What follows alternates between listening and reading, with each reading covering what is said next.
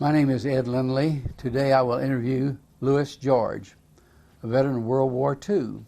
This interview is part of the Veterans Oral History Project. The interview is being conducted in the Riley County Office Building located at 115 North 4th Street in Manhattan, Kansas. The camera operator for the recording is Dana Doddridge. Today's date is 23 September 2003. Louis, I know you're a sailor, and whenever I talked to your wife last night, she called you Luke. So may I call you Luke during the interview? Yes, you may. Good. Will you please tell us your name, rank, serial number, branch of service for the record, please? Okay, Louis Charles George, born January the 6th, 1927, and serial number was 535-5515. And the other one was? Branch of service. U.S. Navy. U.S. Navy. Louis, I know, Luke, I know that you've prepared for this, and will you tell us where you started and lead us through your naval career? Okay. With your permission, I was born at Longford, Kansas, and I was number 6 out of a family of 8, born on a farm there near Longford, and attended a one-room schoolhouse. And back in those days, we had one teacher and walked a mile to school, and graduated from there in '40, and then enrolled in Longford Rural High School at Longford, Kansas, and graduated from there in 1944. And there were 13 in our class at Longford, 5 girls and the rest were boys. So I graduated from Longford in 1944, and at that time the war was not over, it was proceeding. And I was 17, and I tell people I'd never been out of the county but once. That was to shoot a goat roping contest in the county fair. But I didn't want to go into the infantry, so be a foot soldier, so I enlisted in the Navy then in December of 1944. And you want me to continue? Or? Yes, sir. Tell us why. You picked out the Navy particularly because you felt that you didn't want the infantry. But right. Let me tell you something. They tell us that people from the Midwest make the best sailors. I don't know why that is, but I'm sure you had a successful naval career. Yeah, go right, if you will, Luke. So enlisted in the Navy then in '44, and was my dad and brother drove me to Kansas City, and that's where I took the oath and the obligations to defend the United States of America, and then boarded a troop ship and headed for the Great Lakes Naval Training Station at Chicago, and that was in the heart of the winter. Cold, I remember, snowy. How about your training up there? Was it adequate? Once you got to a ship, do you figure that you had a good background? Good background. We had 8 weeks of boot training, they called it. And then they allowed us to come home for a week, and then back to Great Lakes, and then boarded a ship, not a ship, but a train. They shipped our whole company. Don't know why, because I didn't think we were that poor, but we had KP duty for 3 months at Norman, Oklahoma. So I had the title of being the manager of the vegetable locker. So we were there 3 months and then shipped to San Diego. And at San Diego then I saw the first ship that I was on, the USS Zebra. And I couldn't believe the size of that ship. But anyhow. What particular type of ship was it? It was an old steam engine, 1 cylinder, converted cargo ship. And their main function was to lay nets, steel nets around ships when they were in port or whatever, so the submarines wouldn't come in. So from San Diego then we traveled to Hawaii, and 8 knots was the maximum speed, so it took us 30-some days to get to Hawaii. Spent some time there. And the war, was still going on. And then we traveled to the Marshall Islands. That was Eniwetok and Pagan and Saipan and Guam and smaller islands there in the Pacific. I think our main duty was they were anticipating maybe Japan. So I think they were preparing us for a trip to Japan. But they dropped the big bomb, and then, of course, the war was over. So, but go ahead. Luke, how do you feel about dropping the bomb? You were over there at that time, and there has been some discussion on that. Well, I thought it was, if I'd have been president, that would have been the right thing to do. I want you to know that I agree with you, and in retrospect, and even time and in retrospect, I'm sure it was the right thing for us to do. I think so, all the way around. Because if not Russia, but if Germany or Japan would have had it, without a doubt, they'd have dropped it on us. Yeah. So Iwo Jima, we spent some time there. Of course, the Marines had already advanced and had control of the island. But there were several Marines lost when they attacked that. And that's where I picked up that rifle. Oh, is this a Japanese rifle that you have? Yeah. Tell us about that, if you will, Luke. I can see why they lost the war with this son of a gun. Because it's bold action. Yes. 30. They tell me they could use our 30-06, but yes. And then the bayonet on the end. Yeah. And it's razor sharp, so I think they used this probably on when the Marines advanced, and they had several of these on Iwo Jima. And the U.S. Navy was very strict about shipping things home, but they allowed us to pick up one of these rifles, and I put it in a sea bag and shipped it home. So, have you fired it since you got home? my brother did. Oh, he did. I told him not to, but before I was discharged by heat, yes. he fired it. And so he used caliber 30 Army ammunition. Yes. Okay. Yeah. Did you get to Japan? Didn't make it to Japan. I don't know that you need to, but did you get any leave while you were over there? Did you go any other place or do anything in those islands over there that you remember? I did at Hawaii on the way back. Spent some time there. This was after the bomb was dropped. Yes. And you're coming back on the Zebra then, or are you? Okay. The U.S. Zebra then. The war was over, and we were at Saipan. Well, I was going to tell you about my war experience. Wasn't with ammunition, but Saipan, we pulled in there, and the captain said we'd be there for a month or so. And the water was so beautiful and clear, you'd see everything.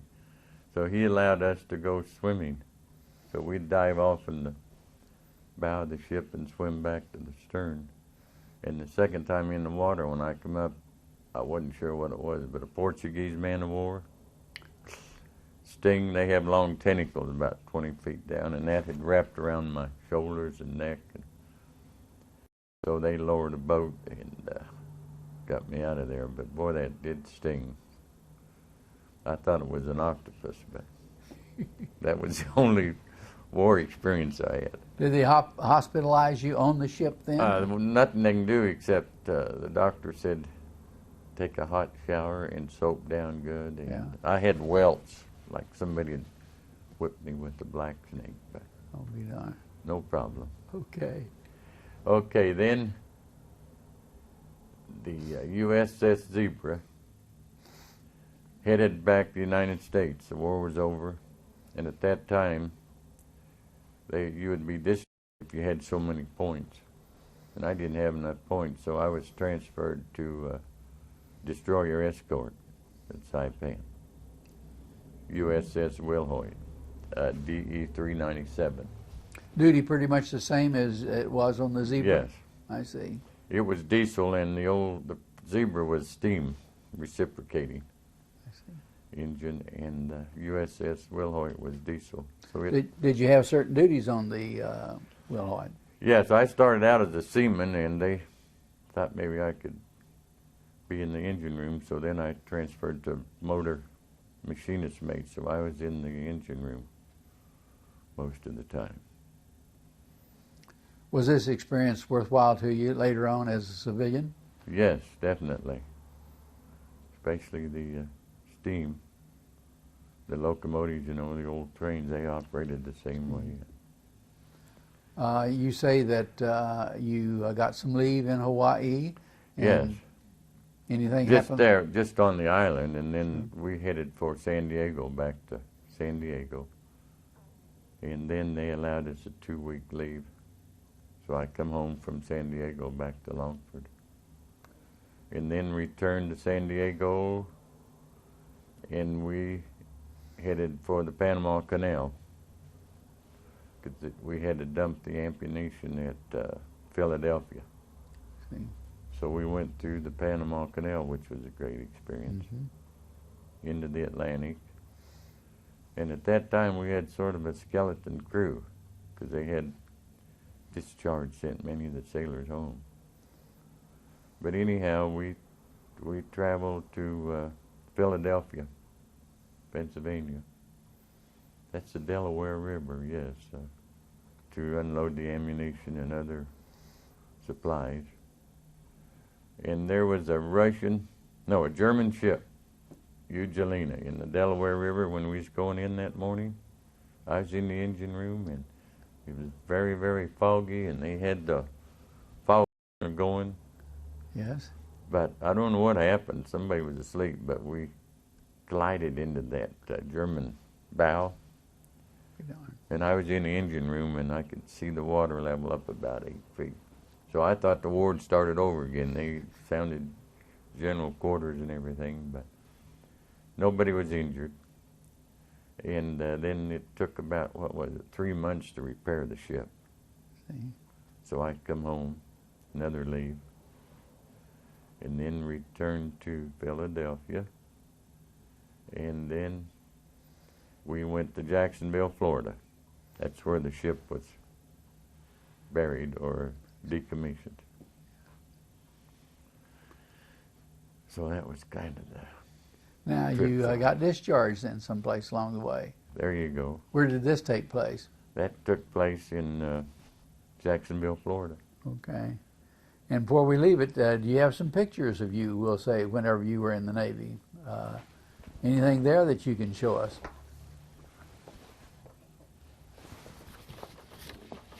This is the neighbor I had on the farm. We enlisted in the Navy at the same time. I see. That's you on the right, as I view it. Yes. Yes. Berlin Park, and then I think that was taken Hawaii or someplace. Sure. Luke, I noticed that you have some decorations there. Can you show us any of those things that you might have? Yeah, no battle stars, but I had the Pacific. Sure. And then the Asiatic in the Atlantic. And then at that time they gave the Good Conduct Medal, so I had 3. Luke, those are very valuable awards and prestigious. I'm glad certainly that you brought those along. Yes. Did you have anything else to say about your naval experience before we go into what you might have done after the war? Right. Let's see. Other than, I really enjoyed my time in the Navy. It allowed me to travel and see part of the world I probably wouldn't have had the opportunity to. Did your ships ever have a reunion afterward? Do you get back with any of the shipmates I'd later? like to. One time we did. When we crossed, I could tell you this, when we crossed the international date line, Yes. and I'm sure some of the people you've interviewed told you what happened on that. That's like a fraternity initiation. Tell me about the initiation. What They happened to you? 2 things I remember. It lasted 2 days. and the old boatswain's mate and all the old sailors. We were almost nude for 2 days. And the one thing I remember, they had a diving board out about 10 feet and below a stock tank, and they'd collected garbage in that for a couple of weeks.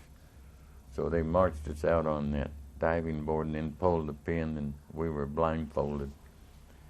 And then we, of course, landed in the garbage. And from there, they had a big tent-type tunnel. Yes. Put us in that, and they had hoses. So we'd hose us down one end, get the other end, and then hose us back. I see. But that was my experience on the International date when line. you cross the date line. Then they give you a card. That I see. probably can't see that. Sure. Sure. They call it the Order of the Neptune. You know, the old sailors used to do that. Sure. And you have another picture there aboard what ship?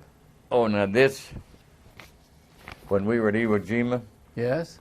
you know, the Marines that Right. erected the flag, Yes. and I was able to walk up there, Mount Suribachi. Yes. Of I course, the remember. flag was there, but their first trip up, you know, the Japs defeated them, but then they went back, and I thought that was interesting. It certainly is. And we talk. Oh. And I remember they said when the Marines invaded Iwo, because the Japs were dug in there, even when we were there, there was still some in the caves. And the Marines attacked Mount Suribachi, but it was high, and they were dug in the bank, so there would be like shooting ducks on a pond or something. So then they went to the north end of the island and Fought there. fought there, made a foothold. Yeah. But I was able to save that. Tell me about afterwards. You know, there were a lot of advantages of being in the service. I'm thinking about the GI Bill. Did you receive any of those rewards? Did you go to school, or did you borrow money for a home, anything like that that came with the GI Bill? Yes. See, I was discharged in July, and then I didn't really know what to do. My dad was a carpenter and things, so I helped him. And then my other friend from there said, "Hey, I'm thinking about going to college, K-State. Why don't you consider it?" And I thought, well, that'd be a good opportunity. So we enrolled at State University then in 1946.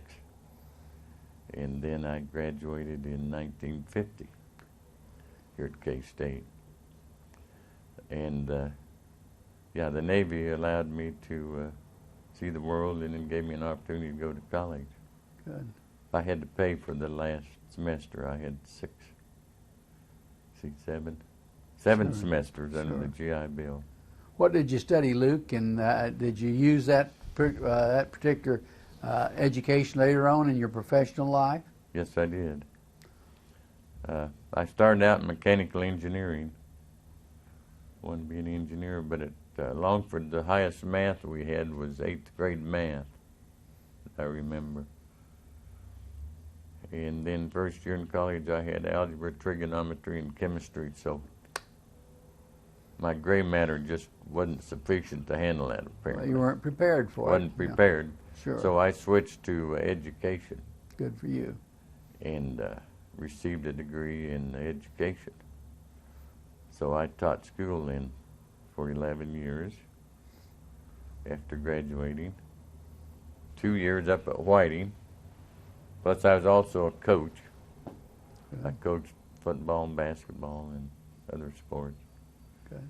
And then from Whiting, see, at that time, $200 a month, that was the salary, so. Sure. But wasn't too bad, because I remember we rented a house for $15, so. And then from Whiting, went to Weskin out by Sharon Springs. Yes. And the reason we went west is they furnished a house and no payments, and the salary was a little greater. And then from Weskin, I ended up at Clay Center, which I enjoyed. Sure. 6 years there. And then the Prudential agent lived right across the street. And he talked to me. I hated insurance people because they always are following you around trying to sell you. But he said, "Luke, I think you'd make a good salesman." So I interviewed with Prudential and was with them 20 years then. Good. And the first assignment was an agent in Clay Center. Sure. And then I entered management and went to Emporia 3 years. Main duty was to recruit, train, motivate, stimulate, terminate, and start over. That covers the whole spectrum right there. Go ahead.